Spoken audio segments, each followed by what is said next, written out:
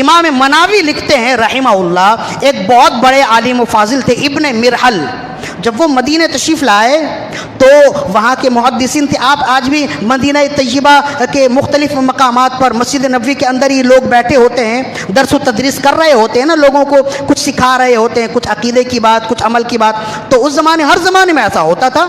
تو وہاں ابن مرحل یہ خود عالم و فاضل تھے، جب یہ پہنچے تو انہوں نے سنا وہاں کوئی بیٹھا، کوئی محدث بیٹھا، یہ روایت ذکر کر رہا ہے اور کہہ رہا ہے کہ مدینے کے غبار میں شفا ہے. اور وہ محدث خود اپنی رائے بیان کرتے اور اپنی چشم دید بات بیان کرتے. وہ کہتے ہیں کہ ہمارے زمانے میں ہوتا یہ تھا کہ مدینہ منورہ میں مسجد نبوی میں نماز پڑھنے کے بعد، فجر کی نماز پڑھنے کے بعد لوگ اپنے بدن سے کپڑے اتار لیتے تھے.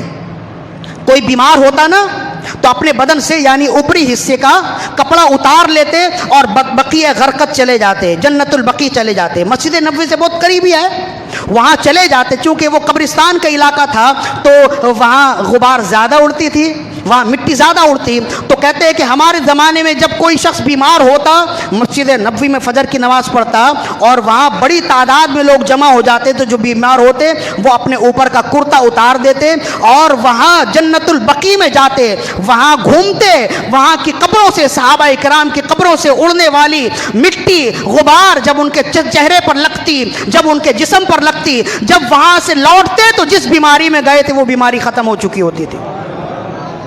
بالخصوص جذام کے بارے میں لکھا کہ جذام کی بیماری سے ختم ہو جاتی تھی. یہ اتنی آسان بات تو نہیں ہے کہ ہضم ہو جائے.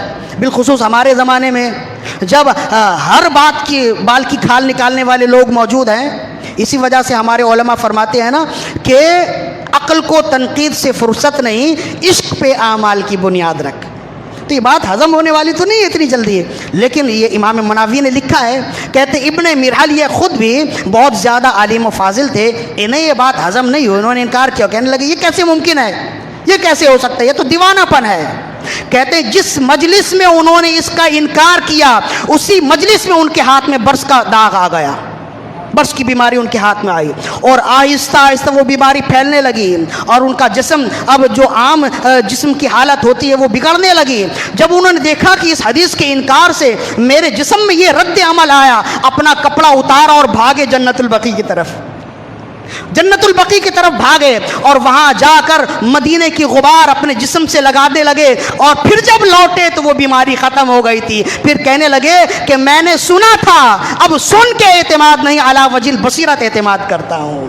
پھر آپ بیان کرنے لگے کہ بے شک میرے نبی صلی اللہ علیہ وسلم نے جو بیان کیا ہے کہ مدینے کی مٹی میں شفا ہے، یہ بالکل واضح ہے. اب سوال یہ ہے کہ اگر شفا ہے مدینے کی مٹی میں تو ابن مرحل بیمار کیوں ہو گیا، اور اگر اس میں بیماری ہے تو وہ شفا کیسے پا گیا؟